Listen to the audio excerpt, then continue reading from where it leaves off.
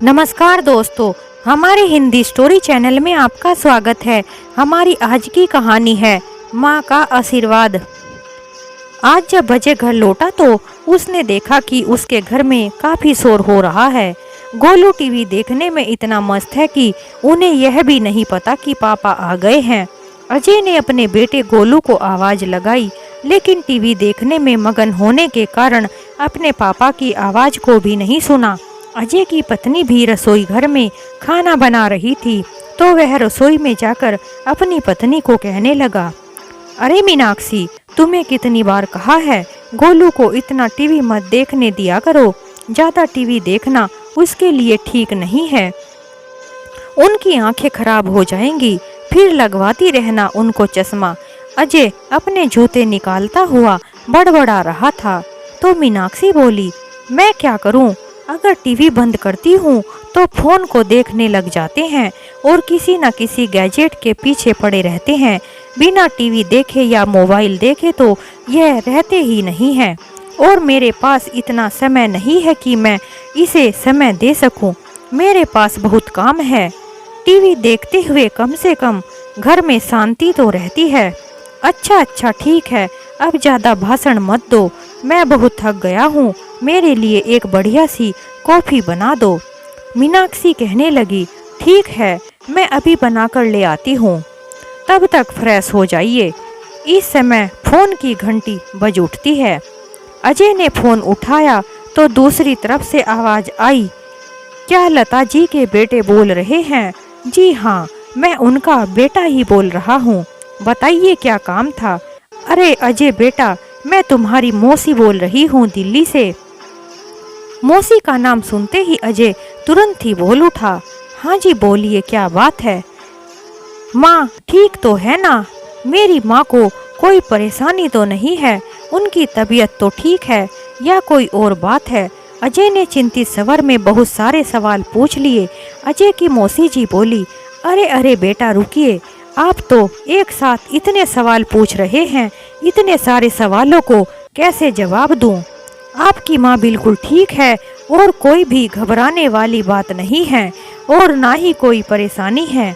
मैंने तो आपको यह बताने के लिए फोन किया था कि हमने अपनी पोती की शादी तय कर दी है।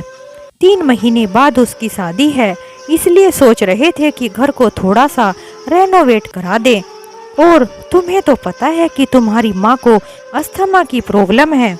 घर को रेनोवेट कराते समय धूल मिट्टी काफी उड़ने की वजह से उनकी सेहत में गड़बड़ी हो सकती है।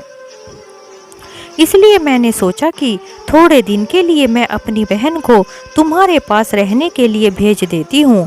अगर तुम्हें कोई परेशानी ना हो तो तुम मुझे बता दो, वरना मैं अपनी बहन का कहीं और रहने का इंतजाम कर दूंगी।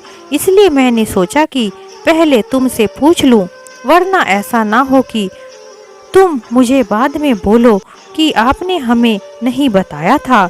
और इससे तुम्हारी माँ भी कुछ दिन तुम्हारे पास रहेगी और अपने पोता पोती के साथ रहेगी, तो उसे भी अच्छा लगेगा, क्योंकि वह अपने पोता को बहुत याद करती है। इस बहाने से दोनों काम हो जाएंगे, उसकी माँ की इच्छा भी पूरी हो जाएगी और हमारे घर का रेनोवेट का काम भी हो जाएगा। और जब काम पूरा हो जाएगा तो मैं अपने बेटे को लेने के लिए भेज दूंगी। इसलिए मैंने फोन किया है। अब तुम बताओ, तुम्हारा क्या फैसला है? अपनी मौसी की बातों को सुनने के बाद अजय सोच विचार में पड़ गया। तभी उसकी पत्नी कॉफी लेकर आई तो पूछने लगी, अरे आप किस विचार में खोए हुए हैं और फोन किसका था? तो अजय ने उत्तर दिया, मौसी जी का फोन था दिल्ली से। अच्छा, तो क्या कह रही थी?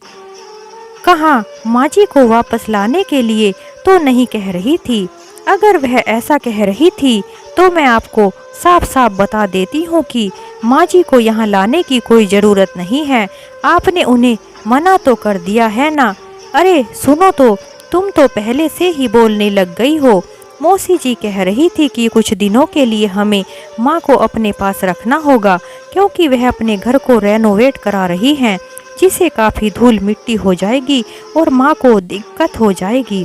क्योंकि मौसी जी की पोती की शादी है, इसलिए मौसी चाहती है कि जब तक उनके घर का काम पूरा हो तब तक हम माँ को अपने पास रख लें, और काम पूरा होने के बाद मौसी जी भैया को माँ को लाने के लिए भेज देंगी, इसलिए थोड़े दिन के लिए माँ हमारे घर आ रही है। इतना सुनते ही मीनाक्षी के पैरों तले से जमीन ही खिसक गई थी।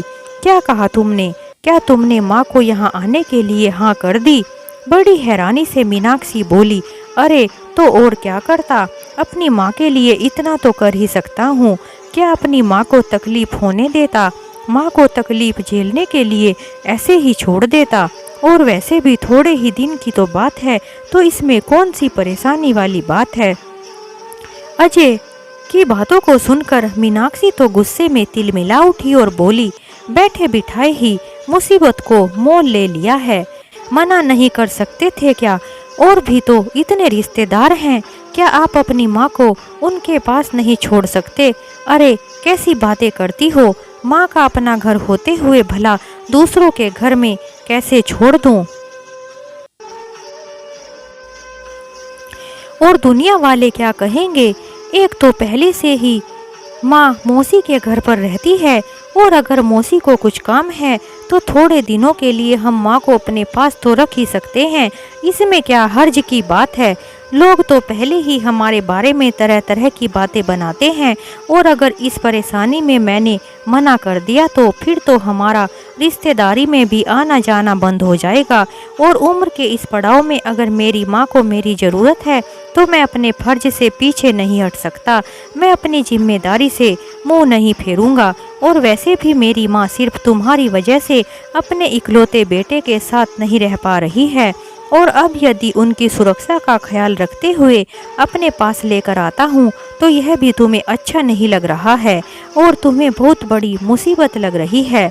मीनाक्षी गुस्से में बड़बड़ाती हुई बोली, मुझे तुम्हें तो पता है हमारे बेटे को पेट में इन्फेक्शन की वजह से कितनी दिक्कत रहती है, और मुझे उसके इलाज के लिए रोज रोज जाना पड़ता है। उसके लिए मैं अपने ऑफिस से कई बार छुट्टी ले चुकी हूँ, लेकिन फिर भी उसकी तबीयत जैसी की तैसी बनी हुई है। पता नहीं परेशानी कब दूर होगी। ऊपर से तुम्हारी माँ भी रहने के लिए आ रही है, अब मैं उनकी देखभाल करूँगी या फिर अपने बेटे की? मेरा तो काम बढ़ जाएगा, मैं अपने घर को संभालूंगी या ऑफिस को? मीनाक्षी बड़बड़ाती हुई और पैरों को पटकती हुई अपने कमरे में चली गई। अगले दिन अजय सुबह जल्दी उठ गया था और अपनी पत्नी की परवाह किए बिना तैयार होकर अपनी गाड़ी में बैठकर माँ को लाने के लिए चला गया। उधर अजय की मौसी ने पहले ही बता दिया था कि आज तुम्हें लेने के लिए तुम्हारा बेटा अजय आ रहा है। अपने बेटे की बात को सुनकर लता जी के चेहरे पर मुस्कान आ गई थी, क्योंकि अपने बेटे को देखे हुए काफ़ी समय हो गया था। जब उन्होंने कहा कि अब कुछ दिन तुम अपने परिवार के साथ रहोगी, यह बात सुनकर लता मन ही मन बहुत खुश हुई और सोचने लगी कि आज कितने दिनों के बाद अपने बेटे का चेहरा देखने को मिलेगा। लेकिन अचानक से फिर उदास हो गई और सोचने लगी कि उनका बेटा अपनी मर्जी से तो अपनी माँ को लेने के लिए नहीं आ रहा है, वह तो एक मजबूरी की वजह से अपनी माँ को लेने आ रहा है और मजबूरी से ही अपनी माँ को अपने घर में रखेगा। लेकिन लता जी क्या करती, उसके पास और कोई रास्ता भी नहीं था, इसलिए वह मुझे माँ से अपने बेटे के साथ जाने के लिए तैयारी करने लगी और अपने सभी सामान को और कपड़ों को एक बैग में भरने लगी। अपने कमरे में उन्होंने एक टेबल पर अपने परिवार की एक फ़ोटो को रखा हुआ था, जिसमें उन्होंने अपने 2 साल के बेटे अजय को गोद में उठाया हुआ था। लता जी उस फोटो को उठाकर निहारने लगी। इस समय उनके कानों में छोटे से अजय की किलकार गूंजने लगी। एकाएक लता जी अपने अतीत की यादों में खो गई और उनकी आंखों के सामने उनके बेटे अजय की बचपन की यादें ताज़ा हो उठी। एक समय था जब लता जी अपने बेटे और पति के साथ गांव में रहा करती थी। वह गांव के ही एक सरकारी स्कूल में लता जी के पति रविशंकर जी एक टीचर थे। लता जी पढ़ी लिखी तो नहीं थी, परंतु वह बहुत अच्छी लेडी थी और बहुत समझदार भी थी। वह एक कुशल गृहिणी थी। गांव में उनकी बहुत अच्छी खेती बाड़ी हुआ करती थी और गांव में ही उनका एक पुश्तैनी घर भी था। हालांकि उनके घर में बहुत अधिक खुशी तो नहीं थी, लेकिन किसी भी चीज़ की कोई कमी नहीं थी। कमी थी तो बस यही कि उनकी शादी को 6 साल हो गए थे, लेकिन उनकी अभी तक कोई संतान नहीं थी। न जाने कितने तीर्थ स्थलों पर माथा टेका था उन्होंने, कितनी मन्नतें मांगी थी, जाने कितने मंदिर मस्जिद की सीढ़ियों पर माथा रगड़ा था, तब कहीं जाकर भगवान ने उनकी सुन ली थी और अजय के रूप में भगवान की कृपा से उनके घर एक बेटे का जन्म हुआ। आखिरकार लता जी और रविशंकर जी को संतान सुख की प्राप्ति हुई। पहली बार अपने बेटे को गोद में लेते ही उनकी ममता आंखों से झरझर बहने लगी। माता पिता बड़े ही लाड़ प्यार से बच्चे को पालने लगे थे। नन्हा सा अजय अपनी माँ से एक पल के लिए भी अलग नहीं होता था। उसे एक पल की भी दूरी बर्दाश्त नहीं थी। वह हर समय अपनी माँ से चिपका रहता था और अपनी माँ के बिना खाना भी नहीं खाता था। और वहीं उसकी जरा सी रोने की आवाज़ सुनकर लता जी भी काम को छोड़कर दौड़ी दौड़ी चली आती थी।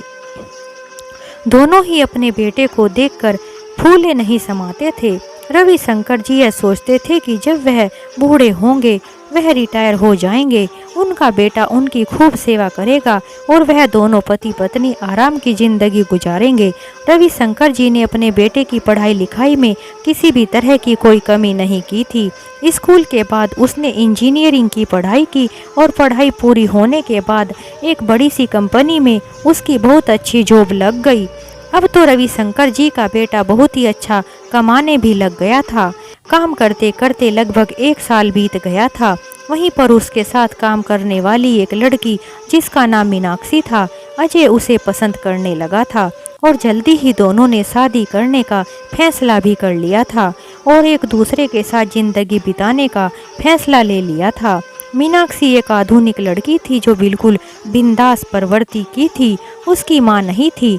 उसकी माँ बचपन में ही मृत्यु हो गई थी और उसके पिता ने पढ़ाई लिखाई के लिए उसे हॉस्टल भेज दिया था। पढ़ाई समाप्त होते ही उसकी नौकरी भी लग गई थी और उसने नौकरी करना शुरू कर दिया। इसलिए उसे कभी भी परिवार शब्द का मतलब भी नहीं पता चला। उसे तो पता ही नहीं था कि परिवार क्या चीज़ होती है, क्योंकि वह कभी परिवार में रही ही नहीं थी। जब अजय ने यह बात अपने माता पिता को बताई तो लता जी और रविशंकर जी ने यह सोचकर अपने मन को समझा लिया कि आज के ज़माने के बच्चे हैं, अपनी पसंद से ही शादी करेंगे और करनी भी चाहिए, क्योंकि आखिर साथ में उन्हें ही रहना है। अगर एक दूसरे की पसंद से ही शादी की जाए तो कोई परेशानी वाली बात नहीं है। इसलिए उन्होंने अपने बेटे की खुशी के लिए इस रिश्ते के लिए हामी भर दी। परंतु शादी होते ही मीनाक्षी के तेवर बदलने लगे थे और उसने शादी होते ही अपने पति अजय को साफ साफ बोल दिया था कि वह अपने जीवन में किसी की भी दखल अंदाजी पसंद नहीं करती और ना ही उसे गांव में रहना पसंद है। इसलिए उन्हें अब शहर में अपने लिए अलग घर देख लेना चाहिए। मीनाक्षी की दो टूक बात को सुनकर अजय हैरानी से मीनाक्षी की तरफ देखने लगा। उसे समझ नहीं आया कि एकदम से मीनाक्षी कैसे बोल सकती है। अभी तो कुछ दिन भी नहीं हुए। अजय ने मीनाक्षी को समझाने की बहुत कोशिश की, लेकिन मीनाक्षी किसी की बात सुनने वाली नहीं थी और मानने को तैयार ही नहीं थी। आखिरकार अजय को शहर में रहने के इरादे से कुछ दिनों बाद लखनऊ की एक कंपनी में ज्वाइन कर लिया। वह चाहते हुए भी अपने माता पिता को छोड़कर बड़े शहर ही उन्होंने अपनी नई दुनिया बसा ली। लता जी और रविशंकर जी मन मारकर गांव में ही रह गए। लता जी मन ही मन सोच रही थी कि मैंने कितने अरमान देखे थे अपने बेटे की शादी के लिए, आने वाली जिंदगी के लिए, कि बहू के आने पर उसके ऊपर अपनी सारी ममता लुटा देगी, उसके ऊपर प्यार और दुलार की बरसात करेगी और पूरा परिवार एक साथ खुशी खुशी से रहेगा। उसे उसकी माँ की कमी महसूस नहीं होने दूंगी, क्योंकि बेचारी बिन माँ की बच्ची थी। उसे तो पता भी नहीं है कि माँ का प्यार क्या होता है। इसलिए मैं उसे इतना प्यार दूंगी कि उसकी झोली कम पड़ जाएगी। लेकिन सारे अरमान धरे के धरे रह गए। खैर, धीरे धीरे समय बीतने लगा। उनका बेटा अब एक बेटे का बाप भी बन गया था और रविशंकर जी भी अपनी नौकरी से रिटायर हो गए थे। लता और रविशंकर जी का मन बहुत करता था कि अपने पोते को देखें, दुलार करें और अपने हाथों में लेकर उसे बहुत सारा प्यार करें। इसलिए जब कभी भी उनका मन करता तो वह बच्चे से मिलने के लिए लखनऊ पहुंच जाते थे और वहां 3-4 घंटे बिताकर वापस लौट आते थे। लेकिन उनके बेटा बहू उन्हें कभी भी रुकने के लिए नहीं कहते थे। दोनों गांव में एक साथ रहते थे तो जीवन की गाड़ी सही तरीके से चल रही थी, किसी भी तरह की कोई कमी नहीं थी। दोनों मिलकर एक दूसरे का ख्याल रख लेते थे, लेकिन होनी को कौन टाल सकता है। एक दिन अचानक से रविशंकर जी एक सड़क दुर्घटना की चपेट में आ गए और उन्हें इतनी गंभीर चोट लगी कि वहीं उनकी मृत्यु भी हो गई। और उस दिन तो लता जी की सारी दुनिया ही उजड़ गई थी। वह तो टूट चुकी थी, उन्हें सुध बुध भी नहीं थी। अपने पिता की मृत्यु की खबर सुनकर अजय भी अपने परिवार को साथ लेकर अपने गांव पहुंच गया था। गांव में ही रहकर उसने सारी रस्मों को बहुत अच्छे से निभाया, लेकिन उनकी बहू मीनाक्षी तो मात्र औपचारिकता निभाकर अपने बच्चों को लेकर चली गई। लेकिन अजय अपनी मां के पास 15-20 दिन गांव में ही रुका था। सब कुछ अच्छी तरह से निपट जाने के बाद अच्छा यह कहकर लखनऊ चला गया कि थोड़े समय बाद आकर वह मां को भी अपने साथ लखनऊ लेकर जाएगा। इतना कहकर वह लखनऊ चला गया। एक दिन लता जी की पड़ोसन हाल चाल पूछने के लिए आई तो बातों ही बातों में वह पड़ोसन को बोली, मेरा बेटा मुझे अपने साथ लेकर जाएगा और अपने साथ ही रखेगा। यह बात सुनकर पड़ोसन बोली, अरे लता भाभी कैसी बातें करती हो, अगर तुम्हारे बेटे को तुम्हें लेकर जाना होता तो पहले ही ले जा चुका होता। भाई साहब को गए हुए कितने दिन हो गए हैं, लेकिन अभी तक अजय ने तुम्हारी सुध तक नहीं ली। और आजकल की बहू को भी सास कहाँ पसंद है, वह तो अपनी सास ससुर को साथ में रखना ही नहीं चाहती है। क्या तुम टीवी वगैरह नहीं देखती हो, रोज रोज न्यूज में ऐसी घटना दिखाई जाती है। क्या तुम्हें आज के ज़माने की कोई खबर नहीं है। आजकल के बच्चे अपने माता पिता को अपने साथ रखने से कतराते हैं और अगर ज़्यादा हुआ तो थोड़े बहुत पैसे देकर अपने फर्ज से पल्ला झाड़ लेते हैं। पड़ोसन की बात को सुनकर लता जी बोली, अरे नहीं नहीं बहन, ऐसी कोई बात नहीं है और मेरा बेटा बिल्कुल भी ऐसा नहीं है, वह मुझे लेने के लिए जरूर आएगा। लता जी ने पड़ोसन की बात को नकार दिया था, यह कहकर कि उन्हें अपने बेटे का पूरा विश्वास है, वह अपनी मां को लेने के लिए जरूर आएगा। लेकिन जब 15-20 दिन बीत गए और उनका बेटा लेने नहीं आया तो लता जी का विश्वास डगमगाने लगा। अपने बेटे की राह देखते देखते लता जी की आंखें सूखने लगी थी। धीरे धीरे 8 महीने बीत गए, लेकिन अजय उन्हें लेने नहीं आया। अकेले रहने के कारण और उदास रहने की वजह से लता जी बीमार पड़ गई थी। इस बात की जब अजय को खबर मिली तो उससे रहा न गया। लेकिन जैसे ही उसने अपनी पत्नी को यह बताया कि वह मां को लेने के लिए जा रहा है और मां को अपने साथ ही रखेंगे, तो मीनाक्षी ने अपने पति अजय के साथ लड़ना झगड़ना शुरू कर दिया और साफ साफ कह दिया कि या तो इस घर में तुम्हारी माँ रहेगी या मैं रहूंगी, इसलिए सोच समझ कर जाना। हालात से परेशान होकर अजय को समझ नहीं आ रहा था कि वह क्या करे, इसलिए उसने सोचा कि माँ के रहने का कहीं और ही इंतजाम कर देता हूँ। तो उसे ख्याल आया कि क्यों ना मौसी जी से पूछ लिया जाए कि क्या वह माँ को अपने पास रख सकती है, क्योंकि उसकी मौसी अपनी बहन से बहुत प्यार करती थी। यही सोचकर अजय ने अपनी मौसी को फ़ोन किया और सारी बातों को समझा दिया। तो उसकी मौसी ने सभी बातों को समझते हुए अपनी बहन को अपने पास रखने के लिए हामी भर दी। उसकी मौसी के घर में हर सुख सुविधा थी, अगर कुछ नहीं था तो वह था उनका परिवार। मौसी के घर में उनका बहुत अच्छे से ख्याल रखा जाता था। रोज सुबह उठकर लता जी अपनी बड़ी बहन के साथ सैर करने जाती थी और कोई धार्मिक पुस्तक पढ़ लेती थी और फिर घर की बागवानी में अपने आप को व्यस्त कर लेती थी। धीरे धीरे उनकी सेहत में भी सुधार आने लगा था।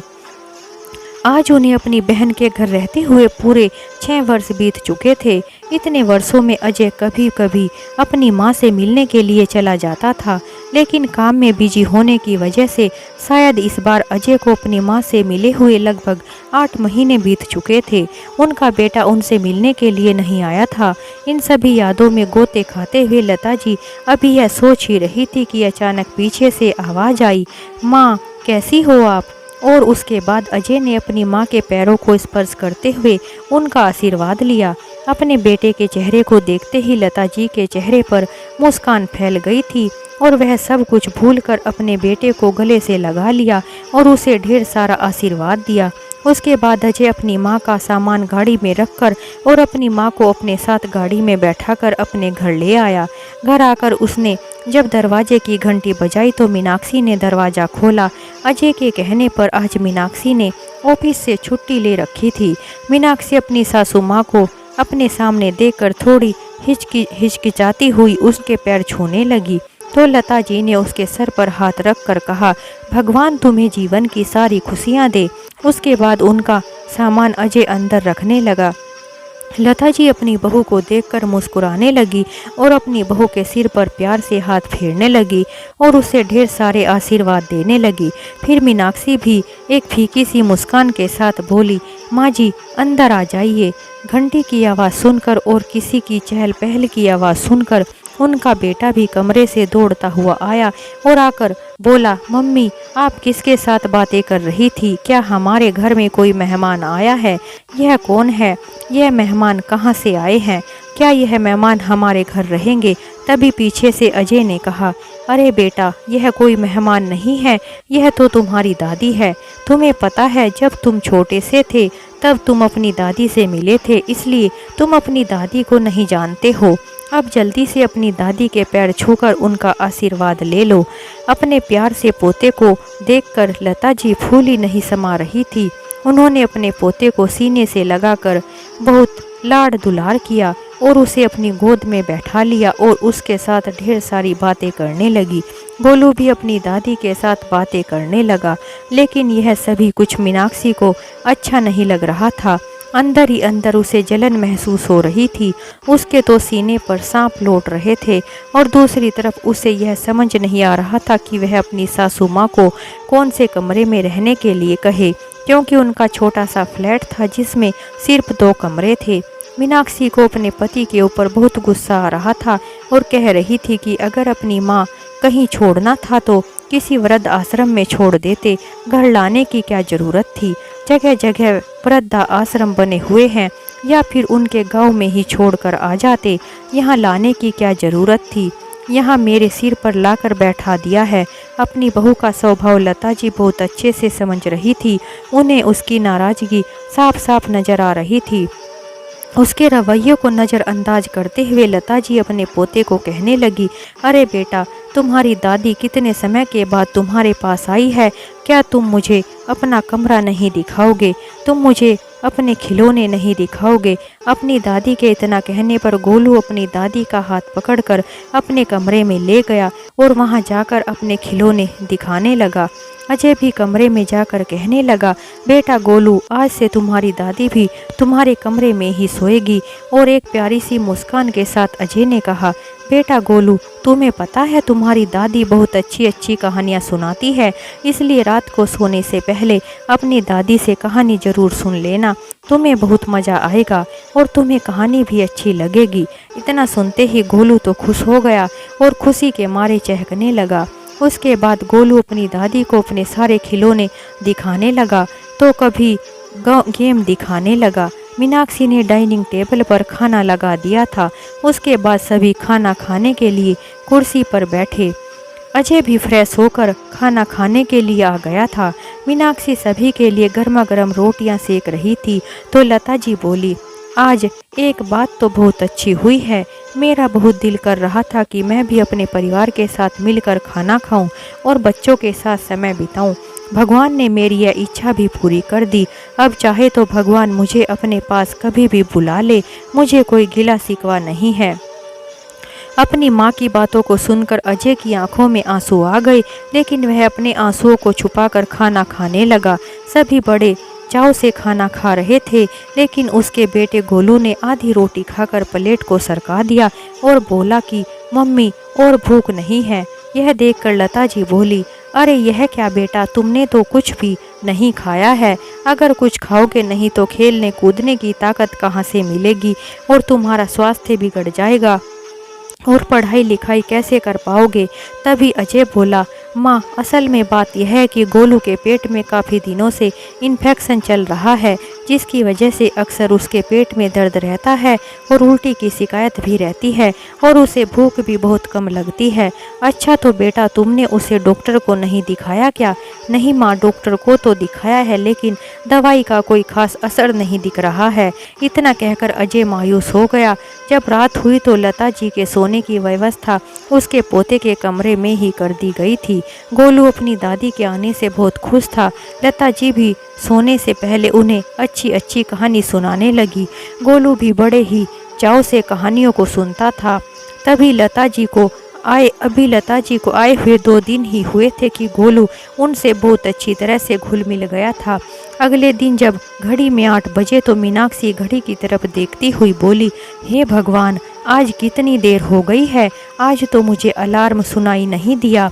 मुझे तो गोलू को तैयार करके स्कूल भी भेजना है और नाश्ता भी बनाना है और अपने आप भी ऑफिस जाना है, लेकिन आज तो पक्का देर हो जाएगी। यह सोचकर मीनाक्षी जल्दी जल्दी उठी और सभी के लिए नाश्ते की तैयारी करने लगी। नाश्ता बनाने के लिए जैसे वह नूडल्स बनाने के लिए रसोई घर की तरफ दौड़ी तो वह रसोई में जाकर हैरान रह गई। उसने देखा कि पूरा घर खाने की खुशबू से महक रहा था। जब वह रसोई के अंदर गई तो देखा उसकी सासू माँ ने सुबह सुबह ही आलू के पराठे गर्मा गर्म बनाकर तैयार कर दिए थे और साथ में आलू की सब्जी भी बना दी थी। यह देखकर मीनाक्षी को मन ही मन थोड़ी शर्मिंदगी महसूस हुई, लेकिन अगले ही पल लता जी के प्यार भरे शब्दों से उसकी शर्मिंदगी दूर हो गई थी। वह मीनाक्षी को देखकर बोली, अरे बहू, उठ गई क्या? तुम जल्दी से तैयार होकर अपने ऑफिस के लिए निकल जाओ। मैंने सभी का टिफिन भी तैयार कर दिया है और तुम्हारा चाय नाश्ता भी तैयार है। जल्दी जल्दी से नाश्ता कर लो वरना तुम्हें ऑफिस जाने में देर हो जाएगी। ठीक है माँ जी, लेकिन पहले मैं गोलू को स्कूल जाने के लिए तैयार कर देती हूँ। मीनाक्षी ने मुस्कुराते हुए लता जी को बोला। तभी पीछे से गोलू बोला, मम्मी देखो, मैं तो तैयार हो गया हूँ। हमें तो दादी जी ने पहले ही तैयार कर दिया था। हम तो आज दादी पोते सुबह जल्दी उठ गए थे। यह सारा नज़ारा देखकर मीनाक्षी बिल्कुल हैरान रह गई। उसके बाद मीनाक्षी भी ऑफिस चली गई। आज जब ऑफिस में लंच टाइम हुआ तो और मीनाक्षी ने अपना लंच बॉक्स खोला तो उसके लंच बॉक्स को देखकर उसके सहकर्मी हैरान रह गए थे और कहने लगे कि अरे मीनाक्षी, आज तो तुमने कमाल ही कर दिया है। आज तो तुम पराठे और सब्जी लेकर आई हो। क्या यह सभी खाना तुमने बनाया है? वह क्या बात है, और खुशबू भी कितनी अच्छी आ रही है। हमारा तो खाने का दिल कर रहा है, लेकिन यह सब कैसे हुआ? क्योंकि तुम्हें तो सुबह सुबह खाना बनाने का समय भी नहीं मिलता है।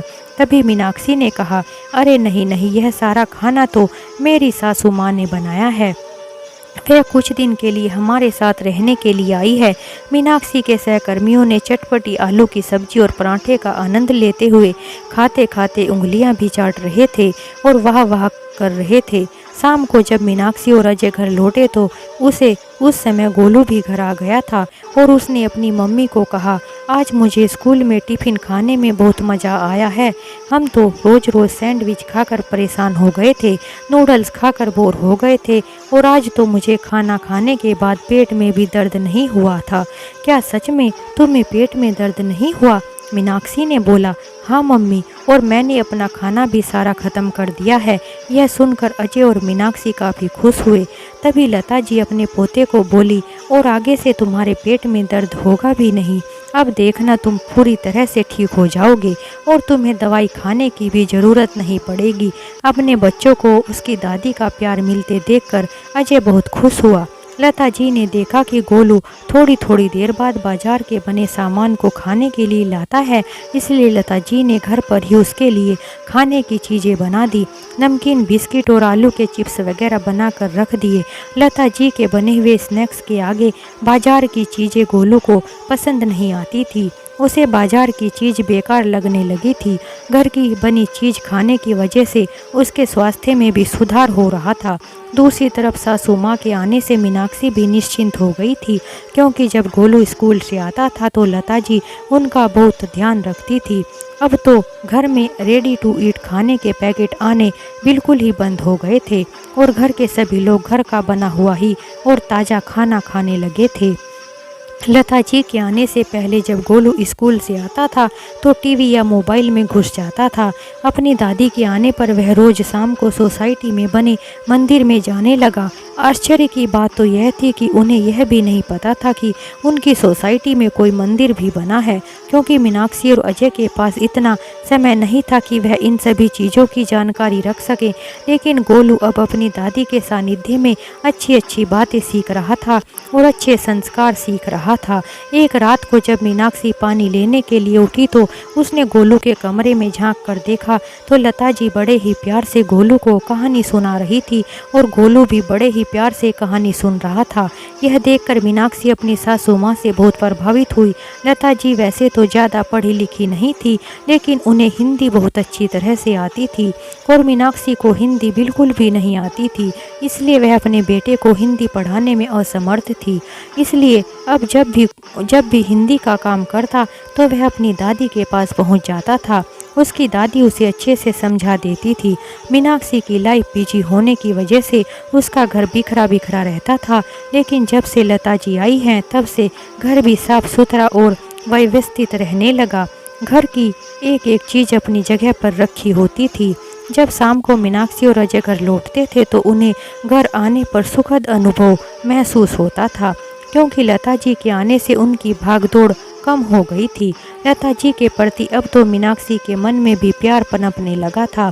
शाम को ऑफिस से आने के बाद मीनाक्षी सबके लिए चाय बनाती थी और सभी लोग बैठकर गर्मा गर्म चाय का आनंद लेते थे। मीनाक्षी को पता था कि पूरा दिन काम करके सासू माँ थक जाती होंगी, इसलिए वह रात का खाना अपने आप बनाती थी।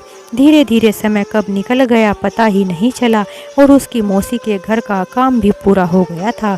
तो उन्होंने अपनी बहन को वापस घर बुलाने के लिए फ़ोन किया और कहा कि अब मैं अपनी बहन को लाने के लिए अपने बेटे को भेज रही हूँ। अपनी मौसी की बात को सुनकर अजय खड़ा का खड़ा रह गया, क्योंकि उसे तो याद ही नहीं रहा था कि उसकी माँ उसके पास सिर्फ कुछ दिनों के लिए आई है। इसलिए अब माँ को वापस जाना होगा। माँ को वापस भेजने का उसका बिल्कुल भी मन नहीं था।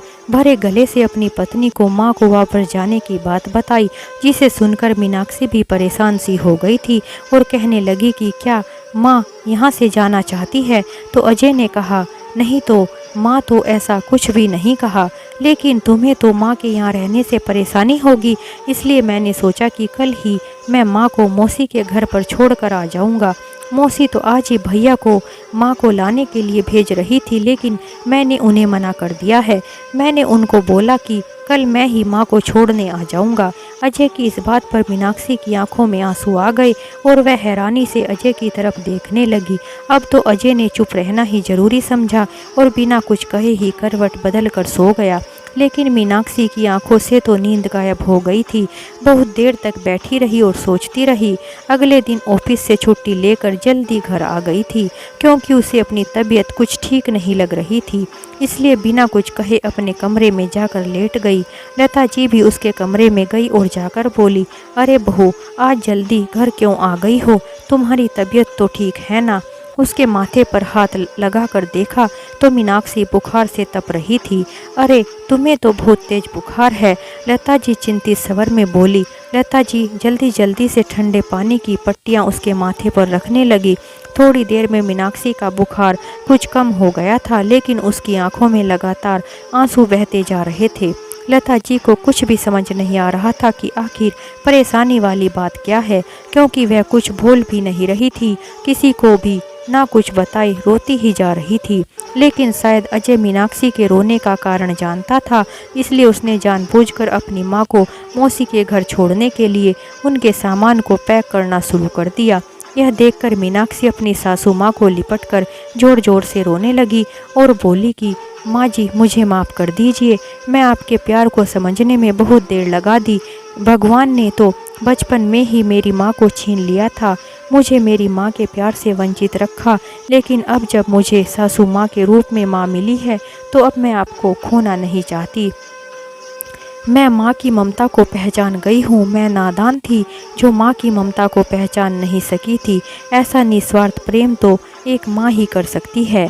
अपनी बहू मीनाक्षी के मुंह से ऐसी बातें सुनकर लता जी बोली, अरे बेटी चुप हो जाओ, और भाव विभोर हो उठी। उनकी आंखों से भी झरझर आंसू बहने लगे। मीनाक्षी फिर बोली, आप अपनी बेटी को छोड़कर कहीं नहीं जाएंगी, हमारे साथ ही रहेंगी। इस आधुनिक जीवन की भागदौड़ में मुझे तो पता ही नहीं था कि हमारे बुजुर्गों का हमारे जीवन में कितना महत्व है। उनके दादा दादी द्वारा दिए गए संस्कार और शिक्षा का बच्चों पर कितना गहरा प्रभाव पड़ता है, इसका एहसास तो मुझे आपके साथ रहने के बाद ही हुआ है। लेकिन माँ जी, सच कहूँ तो मुझे परिवार शब्द का मतलब ही आपके साथ रहने के बाद ही पता चला है। अभी तो मुझे आपसे तरह तरह के पौष्टिक भोजन को बनाना सीखना है। अब तो मैं आपको कहीं भी नहीं जाने दूंगी। इतना कहकर मीनाक्षी ने अपनी सासू माँ को गले से लगा लिया और रोने लगी। चल हट पगली, इतना भी कभी कोई रोता है क्या? कब से रोई जा रही है? लता जी उसकी आंखों के आंसू पोंछते हुए बोली, अपनी बहू से प्यार पाने के बाद तो मैं भी उसे छोड़कर नहीं जा सकती।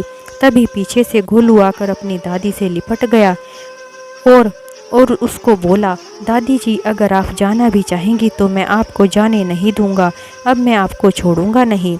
उसकी इन बातों से घर का माहौल खुशनुमा हो गया था और पूरे घर में हंसी की ठुकार आवाज़ गूंजने लगी।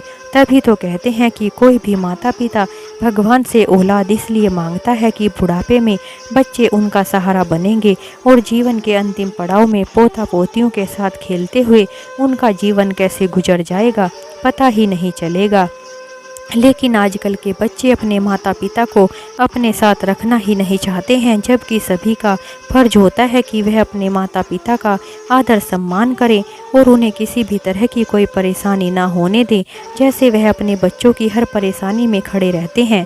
बच्चों को भी अपने माता पिता का सहारा जरूर बनना चाहिए। इस बारे में आपकी क्या राय है, हमें कमेंट में ज़रूर बताएं। इस तरह हमारी यह कहानी समाप्त होती है। अगर आपको हमारी कहानी थोड़ी भी अच्छी लगी हो तो हमारे चैनल को लाइक करें, शेयर करें, सब्सक्राइब करें। हमारी कहानी सुनने के लिए आप सभी का बहुत बहुत धन्यवाद। एक नई कहानी के साथ हम आपसे फिर मिलते हैं।